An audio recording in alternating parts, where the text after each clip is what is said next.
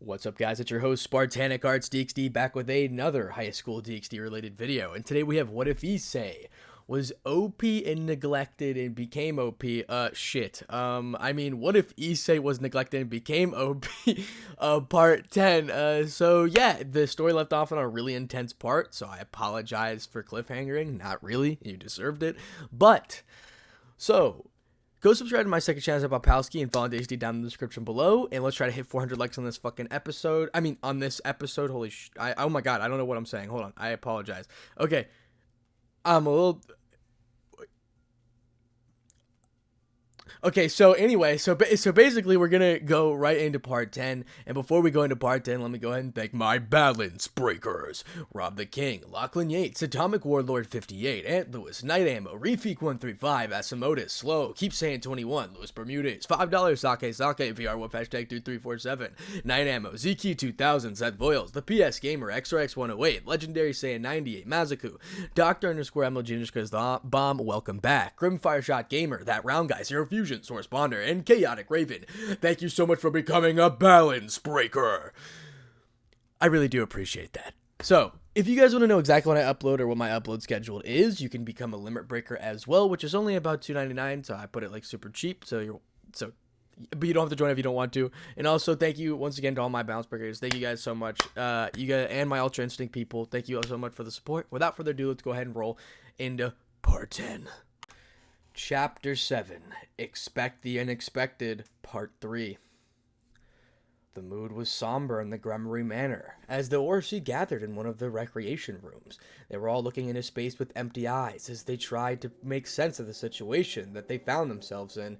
It's been 3 days since they'd opened the Dragon Gate in an attempt to revive the pawn, or retrieve the pawn of their group, only to be met with the 8 pawn pieces returning without him. It didn't take long for the meaning behind what had happened to settle in. It was a horrible moment for them as they understood that the light that shone on them these last few months was gone. Kiba leaned stiffly against the wall at the edge of the room, keeping his sharp and protective gaze on the rest of the Prasaraj.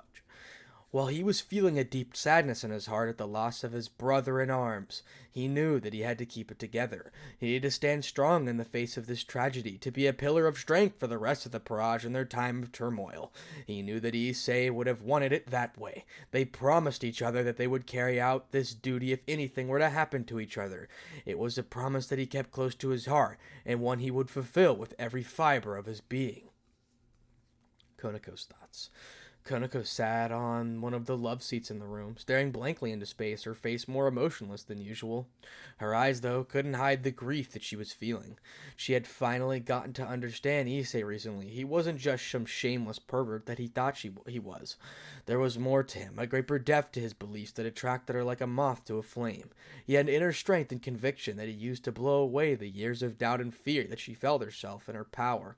He helped her overcome the trauma of her childhood along with the helping with reconcile with her older sister, something she would forever be thankful for. But most importantly, he gave back her smile. She had long since thought she had lost. Being with him brought a found new happiness and joy to her, one that she would never thought possible. She was hopeful of pursuing a relationship with him. He made no secret of his desire for a harem, as she had no problems with being part of it, as she would treat her well. She also knew that her master, Rias, had a claim on a lovable pervert, so it was sort of an unwritten rule amongst them that before any of them could further pursue their relationships with him, his relationship with Rias will have to be first solidified, as she would act as the head of the harem, which was why it was a little frustrating to see that there was almost no progress being made between them.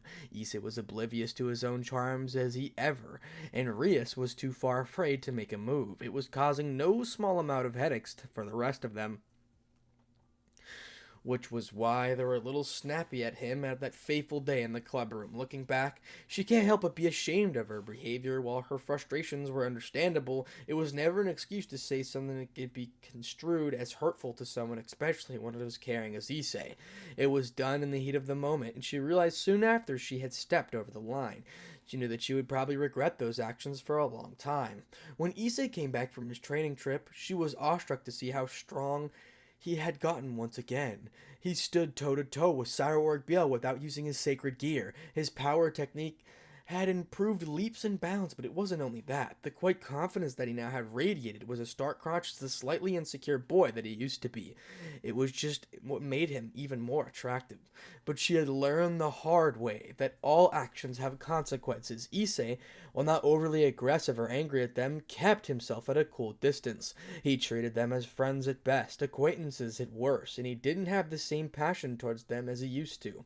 There was no perverted leer in his eyes when he looked at them. He treated them like everyone else, and there was nothing more painful than tears started falling down her blank eyes. She would never get a chance to say these things she wanted to say. She would never get to see his goofy smile again or that luxurious look that he always had. As tears started falling down her in blank eyes, she felt herself lost as to how to go on with this pain. Now we enter Asia's thoughts. Asia Argento was the opposite of the lovesick, curled up into a ball. Her shredding sobs were the only sounds that could be heard in the room. Right now, she didn't know what to do. The light of her life, her guardian angel, was gone. She felt so empty now, like a part of her soul was missing. Issei had been the one to give her everything that she ever have wanted, even some things that she didn't know she wanted. Even though Rias was the one to reincarnate her, she understood that it would never have been possible had it not happened for Issei's stubbornness and his unquenchable desire to save her, to befriend her, to give her the life she thought she deserved. If that wasn't enough, he had given up the majority of his lifespan to exact vengeance on her behalf when he thought that Shalba Beelzebub had killed her. Therefore, it came to no surprise that she fell unequivocally in love with him. Just being by his side was enough for her. Or so she said. But as the days went on, she became greedier. Maybe it was the nature of devil that affected her, but she now wanted more. She wanted more of his love and affection. She wanted it to be focused on her. She thought back to the day when she said those horrible things to him in the club room, felt a sneering pain in her heart. She remembered the look of hurt that appeared on his face at the words, but it was too late. The damage had been done. Ever since then, things changed between them. He didn't dote on her as much as he used to. He didn't sleep in the same bed as her anymore. He started to treat her like a friend and nothing more. She was fearful that she had lost the special place in his heart that belonged solely to her. She regretted the events of the days since it happened, even more so when she realized the trauma that Issei had been going through and from right there did to him. It made her feel horrible. She had so easily disregarded his feelings and his worries in favor of her own happiness when she had become Thin's type of a person. And now it was too late. He was gone. She would never say that she was sorry. She would never have the opportunity to beg for his forgiveness. She couldn't help but wonder if this was her punishment from God. Maybe this was her penance she had to pay for being so selfish, for being so ungrateful of what she had. She casually tossed it away. As the sobs raked her body, she fell into a silent cycle of despair and self-loathing, wondering if this horrible pain and emptiness would go away. Akano Hajima's thoughts. Much in the same way as Konako, she was sitting on a wooden chair, dead to the world. Her eyes were blank, unresponsive. She spent the entire time lost within her own thoughts. She wondered if her fate to forever lose the people that she loved, whether it was death of most times, her own machines. She thought back to the years of self-loathing she endured, while she would ever be thankful to Rias for all the things she had done for her. Issei held a special place in her heart. Akano knew that. For all her usual composure and facade she put up, she had a horrible habit of acting on impulse and making the worst possible decisions possible. This was evidenced by the way in which she handled her relationship with her father. For all those years she could have been comforted in his worth. They could have shared their grief together and grew closer over time, but she threw that all away. She could be forgiven to some extent as she was still a young girl at that point. It was normal that she had no way to deal with the horrors that she had witnessed, as such blame the most convenient person possible. It wasn't something she was proud of, looking back, but she needed to do something like that or else she would have been broken. As the years went on, she matured. She could find a healthy way to deal with her emotions and rekindle her relationship with her father, but she bottled it all up. She hung on desperately to the pointless hatreds that festered in her heart. But then Issei came along, and he blew away all the negative with his kindness and compassion. Even though he was one of the biggest perverts she had ever known, he had a bigger heart than anyone could possibly fathom. He took it all. He took in all of her hatred, all the self-loathing, and all her insecurities, and shouldered them for her. He gave them her warmth and love, and he accepted all their flaws and put her on a pedestal that she never deserved. He even repaired the relationship with her father, the one that had been so sadly broken, and given her back her feelings of a belonging, and before she knew it, she had fallen deeply in love with him. When the incident in the clubroom happened, she was caught up in the heat of the moment that she allowed the impatience and frustration of Issei and Rias not being able to advance the relationship so that she could finally have her chance. She cut it into her beloved Issei with one thing that he couldn't defend himself from. Her words, while seemingly inconsequential to most, they had a deep effect on the pawn. His past trauma, his doubts, and his own self-loathing, all of those feelings, wounds, were the ones that salt of her wounds rubbed into. She could see the hurt in his eyes, that she had made a big mistake, but it was too late to take back her words, the regret of something that ate from her the day forward.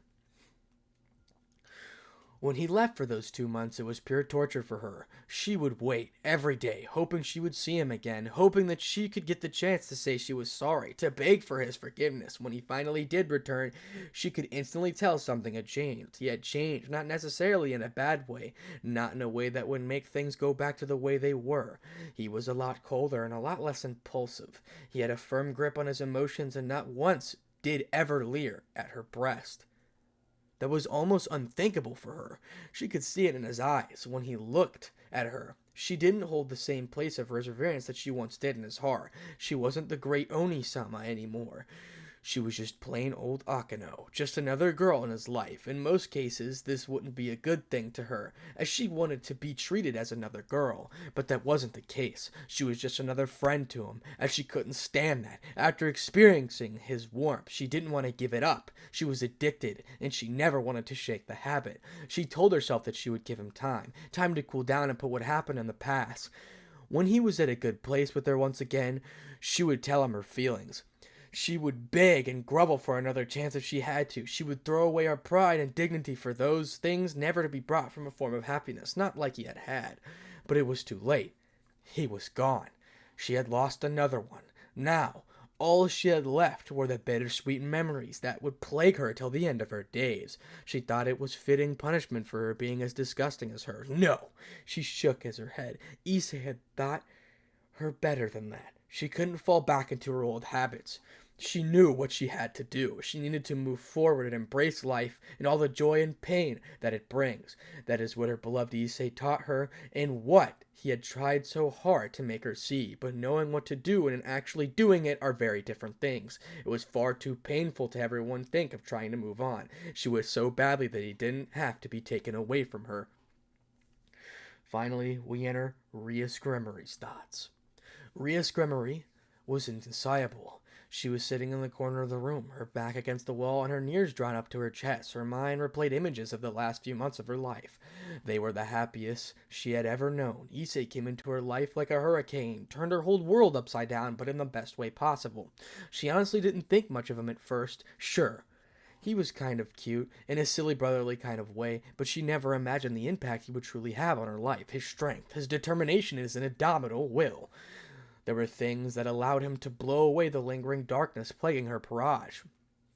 He did the impossible and defeated the immortal Phoenix to save her from fate worse than death.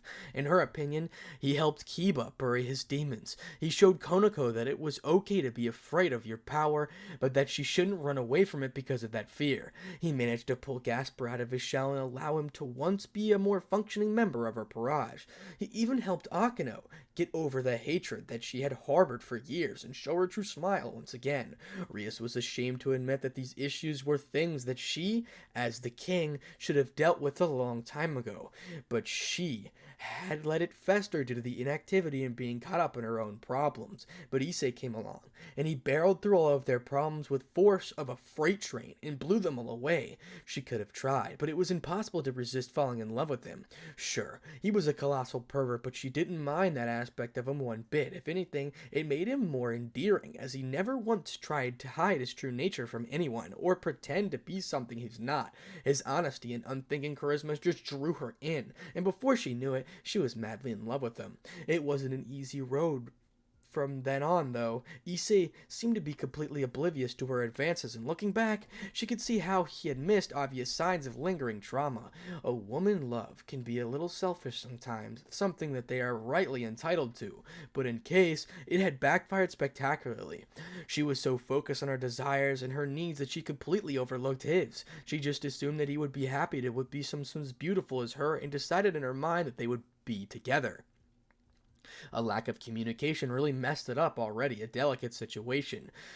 She blew her top on that day in the club room. The combination of stress she was feeling as well as the growing feeling of jealousy towards Ravel caused her emotions to boil over. She snapped at him over something as simple as what he called her. Looking back, she can see now how stupid it was of her. She was the one who told them to always refer to her as Byocho even when he used to call her by the name in the beginning.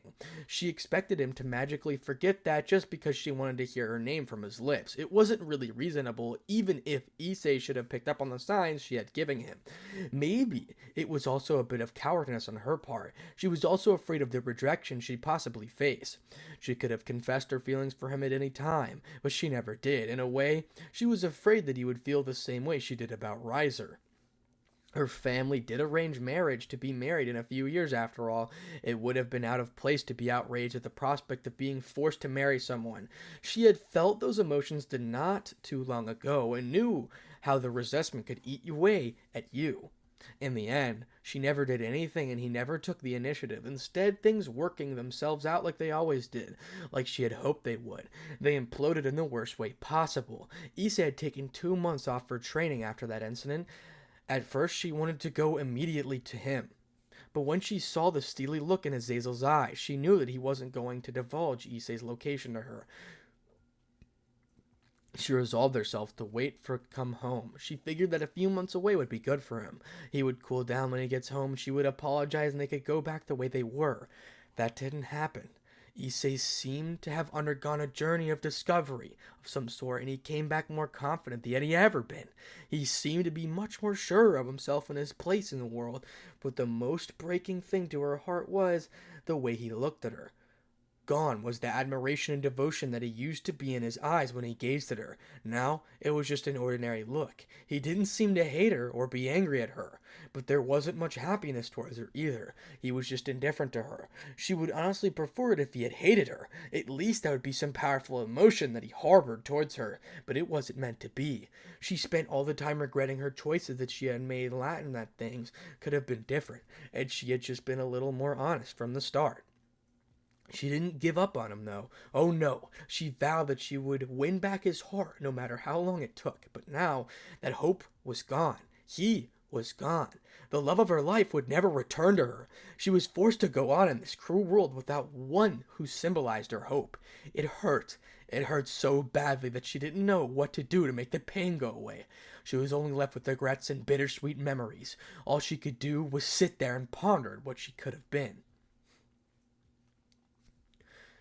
They lost themselves in their thoughts as they sat in the room, uncaring the situation going on in the underworld.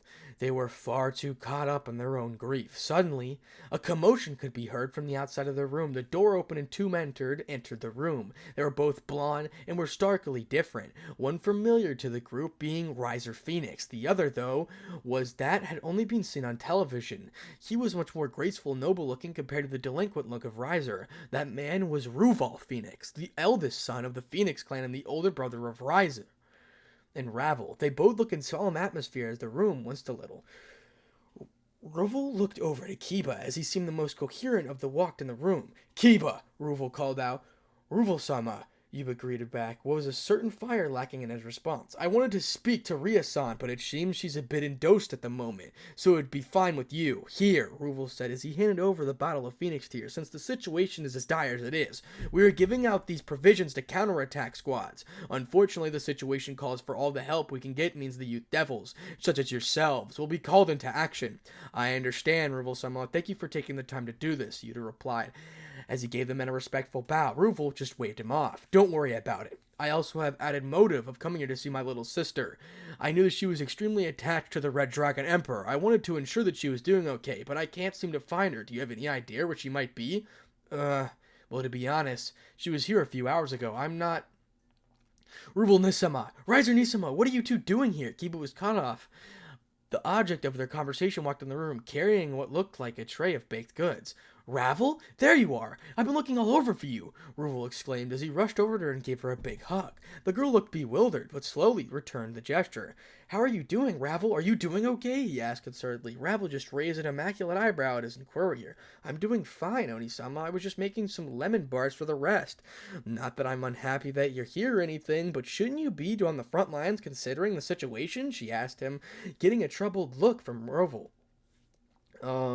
We came to make sure that you were doing okay. I know how close you are to the Red Dragon Emperor, and we wanted to make sure that you were handling his death okay. He replied, unsurely. Her casual attitude was kind of throwing him for a loop. Ravel just raised her eyebrow once again, and gave him a long, hard stare. It honestly made him squirm a little. It was far too similar to the look his mother used to give him. His body remembers phantom pains associated with that look. Huh. I don't know what you're thinking, but I can assure you I am more than fine. I'm not so silly to believe that Issei-sama is dead just because his evil pieces returned without him. I have more faith in him in that. He is the strongest person I know. He promised he would come back, and he is a man that always keeps his promises. That's why I'm not worried. I know he's still out there, probably gathering his strength of when he can return once again. That is the kind of man he is. I know that he will come back and nothing will stop him from doing so. That is the kind of man I fell in love with, Ravel declared passionately as she puffed her chest in her usual Ojona pose. And Issei called it. She said those words with such confidence and conviction that Roval and Riser actually believed her. The rest of the ORC peaked up as well at hearing those words. Hearing Ravel say that she had absolute faith in Issei, that he would come back to them, it stirred them something inside them, something that was dared hope to think. Could it be possible? Could he still be alive? They didn't much else know. They tried opening the Dragon Gate. Could they have done a bit more research into the phenomenon? It was certainly a strange happening, but they could have jumped to the worst possible conclusion and didn't bother digging deeper. Maybe there's more to what's going on than they realized. For the girls, though, hearing was a declaration in her love for him, and N made them frown in annoyance. They always knew that she felt that way, but this was the first time that she had said it out loud. Where had this confidence of hers come from? But Ravel had achieved what she had set out to do. She ignited a spark, however small it may be, in the hearts of the people that her Issei-sama cared about. She knew that he wouldn't want them to dwell on the negativity like this. They knew to be strong and defend the underworld that he much loved. The lingering seeds of doubt now have been planted in their minds. What they do from here on out was up to them, whether they chose to continue wallowing in their self-pity, or whether they rose above it like something they had to figure out themselves. Her part was done. It was up to Issei-sama to come through, just as she was a positive he would. She couldn't help but smile, wondering what he was up to. She wasn't lying when he told her brother that she believed in him to be alive. When she first saw his pieces return, she will admit she felt a pang of despair. But as she slowly started sniffing through the information that she was given, she came to understand in her own little way he was still out there. He was still alive. Call it the native hope of a girl in love, or maybe a woman's intuition. But Ravel knew in her heart, just as the grass was green, just on the zone of rose of the east, her Issei-sama was alive, and he would come back to her. She refused to believe any different. Scene change. The strange sounds of soft whirling and churling energies it was Issei woke up to. He was feeling a bit disoriented, as his eyes felt softly fluttered open. He took the time to gain bearings before he looked around. A wide expanse of rocky, red terrain was what greeted his eyes. It was as far as his eyes could see. He looked up to the sky as he was treated to the sight of the kaleidoscope of different colors mixing together. It was like something out of a fantasy novel. As he stared into the memorizing sky, Issei's mind drifted back to his last memories. He remembered that asshole, Ko attacking and setting the Dragon Eater, Samuel, on Orphis. They fought briefly, at which the guy retreated and set Grim Reapers on them. In his mind, Issei pictured the cackling face of the skeleton god. He made a note to do something in the future that would inconvenience that undead prick in some way. He remembered that Shabba Beelzebub crashed their little party. How that guy was still alive and goodness only knows. He ended up forcing the wielder of Annihilation Maker into the forced balance breaker state that created some of those colossal abominations and set them on the underworld. Issei reconciled, having sent that rest back to the underworld, proclaiming that he will take care of the wannabe Mao. Of course, the guy stood absolutely zero chance of even scratching Issei, and after getting smacked around like an unwanted stepchild, Issei was planning on ending him, but the crafty little fucker had a trump card, an arrow tipped with poison of Samil. Issei didn't even know how he got something like that in the first place, but once again, the visage of meddling god of the dead appeared in his mind. Caught off guard, Issei was unfortunately poisoned by the ultimate dragon slayer. The pain he felt from the poison was unimaginable. It wrought pure agony on his body. He remembered fucking Shalba up badly before having a small conversation with Drake and Orpheus before passing out. Everything else was a blur afterwards, though he did faintly recall someone lending Ascalon to Kiba and giving him a kick in the ass that allowed him to defeat Siegfried. How much of that was real? He had no idea. He looked around once more, trying to take stock of the situation. He was now coherent enough to recognize this place was the dimensional gap. So, partner, you finally are awake. I was worried. It was bit touch and go for a moment, the voice of Drake echoed in his mind. Drake! Issei cried out in relief as he placed his hand over his heart. It was that moment that he realized something. He was in his balance breaker. That was something that didn't make sense to him because the last time he had used it, he was in a fight against Saurorg. As his gaze moved over his body, he recognized another abnormality. He couldn't feel the sensation of his armor on his skin. In fact, he couldn't feel any sensations at all. It was as tough as he had lost his sense of touch. A mild sense of panic set in as he made retract the armor on his hand. It was then that he got the biggest shock, yet where his hand was supposed to be there was nothing. Ugh! Drake, what the fuck is going on? Where are my hands? He shouted frantically. I see you finally noticed, Drake commented. Drake, I'm trying really hard not to lose my shit right about now, so you could please spare me the part where you point out the obvious and get to the part where you explain what the fuck is happening to me. Issei responded in a measured tone of voice, though the undercurrent of annoyance and anxiousness were as clear as day. Even though Issei couldn't see him, he could practically feel Drake rolling his eyes at him. Long story short, your body was destroyed by Samil's curse. The state you are in right now is a result of me extracting your soul from your body before the poison got to it and storing it within the boosted gear. We were lucky that we managed to get that done quick enough to else your soul would have been obliterated by the curse. Issei was stricken with the shock he heard this. He gripped the sides of his head, which in reality was just his armor, and therefore didn't serve much of a purpose to alleviate whatever phantom pains he was feeling, as he tried to come to terms with the fact that he was now basically a Daladan, except with a head. How did this happen, though?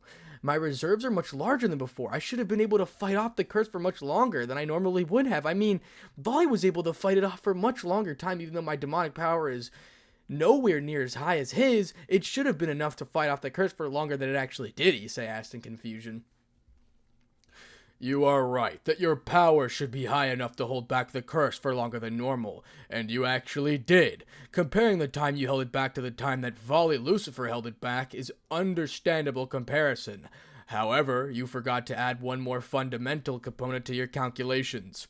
Due to the ritual that you undertook a few months ago, you are far more of a dragon than he is. In fact, you are more dragon than you are human or devil. This means that the curse of Samil, is far more potent and deadly to you than it is to him. In fact, if you were still a regular reincarnated devil, I would have been able to save your body for the most part. As it stands, the poison spread through almost most of your body so rapidly that he had no choice but to separate it from you. The only thing that we managed to salvage was your left arm. The rest of your body became unsalvageable due to how deeply saturated it is within the poison of the ultimate dragon slayer. Like I said before, your dragon have compounded the damage exponentially. Drake explained. Issei went silent at hearing that. It seems that in his pursuit to increase his strength, the consequences of his actions were coming to bite him in the ass. What are the chances of encountering the ultimate dragon slayer only a few months after undergoing such an extensive dragon nullification ritual? His luck really was horrible. So what now? I can't live the rest of my life as a suit of armor. I won't be able to Issei stopped mid-sentence and his eyes slowly started to widen before they were bulging out of their sockets, and look at absolute horror was plastered on his face. No! No, no! He shouted as he dropped to his knees and pounded the ground in anger and frustration. I won't be able to touch a woman again! I will never be able to feel the soft, pillowy heaven that is the generous bosom of a beautiful girl. I will never be able to have sex. Oh, sweet Lucifer, I'm going to die a virgin, Issei cried out hysterically as he continued to hit the ground. And here I thought that you matured and had overcome such base desires, Drake deadpanned. Don't give me that. I may have learned to control myself better, but I'm still a pervert at heart. Wanting to have sex with beautiful girls is the only natural for a vile young man such as myself. Besides, I don't want to hear about not overcoming my base desires from a battle maniac dragon like you, Issei argued. You are an idiot, Drake told him, to which Issei flipped the bird. Putting that aside, what's the actual plan here? More importantly, where's Orpheus? Issei inquired as he surveyed his surroundings, hoping to get a glimpse of the self-proclaimed Hyoudou. He found her on towards the edge of the terrain they were on, comically smacking the ground. She repeated as she pounded the ground. Hey, Orpheus-chan, what are you doing? Issei asked, highly amused by the cute behavior of the adorable little dragoness. I shall defeat Great Red, she replied blankly, with a gleam of satisfaction in her eyes as she shouted her attack. Issei's brain jolted at hearing those words. His eyes stared blankly ahead as he robotically turned his head to take his surroundings once again. This time he took care to pay more attention to detail. He slowly walked towards what he perceived to be the edge of the ground he was standing on and looked down. From his perch, he could see the large maw with razor-sharp teeth, the huge horn that was sticking out of the top of the fermented maw. He was intimately familiar with the visage. He had seen it once before and he could never forget how it tried. Drake? Is there a reason that we are hitching a ride on the back of the fucking Great Red Dragon? Issei shouted hysterically. His voice started off into the blank tone before it evolved into a hysterical shout. Well, he just happened to be passing by when the pocket dimension collapsed, so we decided to get a lift from him, Drake responded. Oh, I may be a pervert, but I'm not an idiot. I know enough that he wasn't just coincidentally passing by the dimension collapse. I also know that most people in the supernatural world, including most of the leaders, have barely better caught a glimpse of the big guy. Yet we see him in the span of a few months, not to mention he comes to our aid when we most need it. Even I can tell that it's far too convenient. So what's his deal? Is he stalking us? Issei questioned, getting a sweat drop from his partner. Honestly, I have absolutely no idea. I'm just as lost as you are. Normally, Great Red doesn't care much for what happens outside the dimensional gap, but for some reason, he has seemingly taken an interest in you, Drake replied tentatively. Are you telling me that Great Red, the dragon of dragons, the fucking ultimate existence, has taken an interest in me? Issei slowly getting a hesitant nod from Drake. Fuck! Chin up, it isn't that bad, Drake tried to comfort Issei, but fared miserably. Isn't that bad? Listen, Drake, you can piss on my face, just don't tell me it's raining. There's no way that drawing his interest can bode well for me in any situation, Issei argued. Well, if you think about it, this was almost inevitable. Ever since you entered the supernatural world, you've attracted powerful beings to yourself like a moth to a flame. It's kind of natural if you think about it. I mean, you had the Ouroboros dragon, the strongest and most feared being on Earth, sitting on your lap and calling you Oni-sama this past week. Is it really a stretch to believe that meeting Great Red was a natural progression? Drake pointed out logically. Issei cradled us in his hands, trying to comprehend the amount of crazy that was happening right about now. His crazy fortune or misfortune, depending on who you ask, when it comes to encountering powerful beings, was surely going to bite him in the ass one of these days. Even without Great Red having negative intentions towards him, the fact that he helped Issei and took a minute out of his interest in him will surely draw the attention of the rest of the world, mark him as a person of interest to other factions. Just thinking about the repercussions was giving him a headache.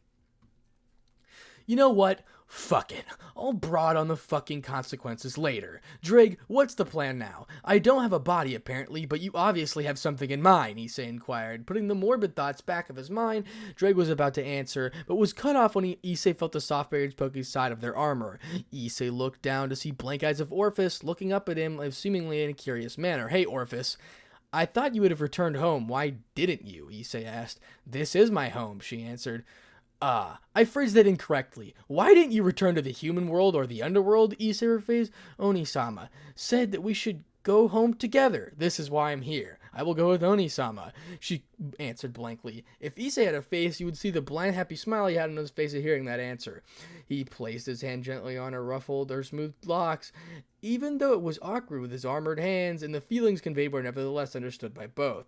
You really are a good girl, Orphis, Issei said with a fond smile on his face, more precisely on what had been on his face, if you get an idea. So, Drake, about my previous question.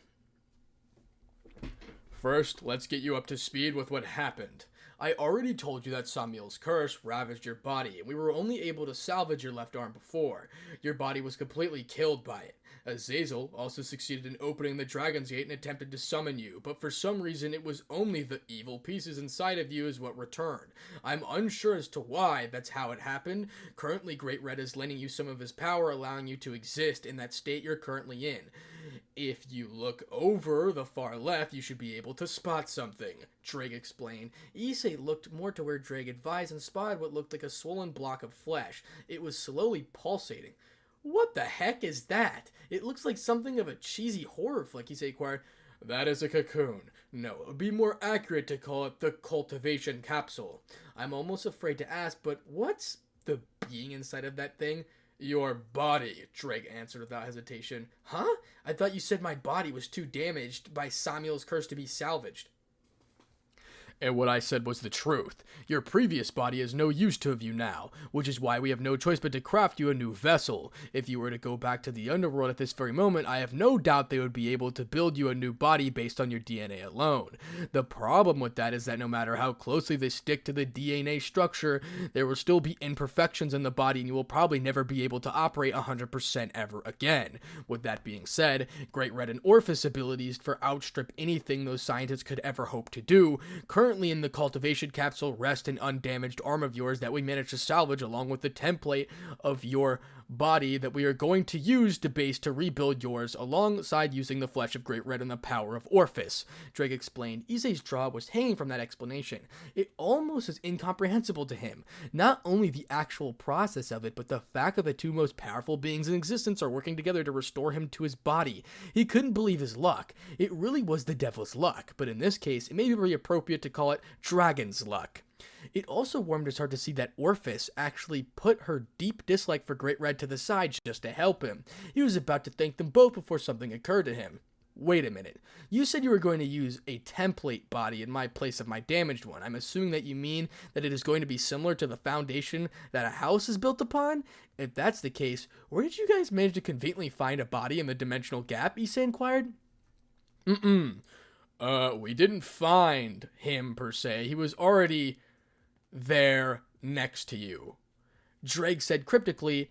The gears inside his head started turning before his head jerked up into realization. You don't mean...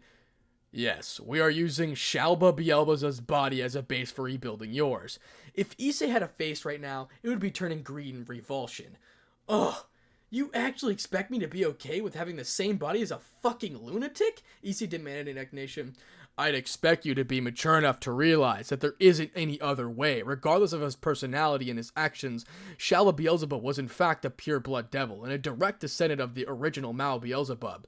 His pedigree and demonic reserves are nothing to sneeze at, and he was powerful in his own right. It was just that his application was lacking, and he had hampered by an unfortunate amount of arrogance. If your original body was still usable, I would have been happy to use it, but in the situation we are in now, I believe that saying goes that beggars can't be choosers. We don't have much of a choice if you want to be fully amongst those of the living once again. It should be helped to think that by using his body, your magical reserves will receive a massive boost as well. Drake lectured Issei, didn't say anything, seemingly deep in thought. I get what you're saying, and you're right, that there isn't any other way. It's a lot to take in, especially considering what he has done, Issei said, apparently having an inner struggle. I understand what you mean, but you have nothing to worry about. He is dead, as one can be, and he is never coming back. Look at it this way. Think of this as paying the price for his madness. You are going to use the body he prized and make it your own, and you are going to use it to stop the catastrophe that he caused and save the underworld. In doing so, you will be snuffing out his final act of petty vengeance. You will also be able doing the world a good favor. Everything that he hated and stood against will with the same body that he used to bring misery. I don't think there's a more fitting punishment for one as repulsive as he was. Don't you agree? Drake revised. Issei was silent for a moment, taking in what Drake said before his armor started shaking. Ah, you're right, partner. I can't afford to stop now, not when I've come this far. I need to use everything in my power to return to the underworld and stop the madness that he started. I have too much to do. To throw in the towel now. There's no looking back now. Thanks for reminding me of that. Drake, Issei declared, getting an amused snort from his partner. But I am worried about how I will convince the others this is really me. Considering what Shalba has done, I don't think I would get time to explain myself before Sir Zex erases me from existence. Issei shared his worries.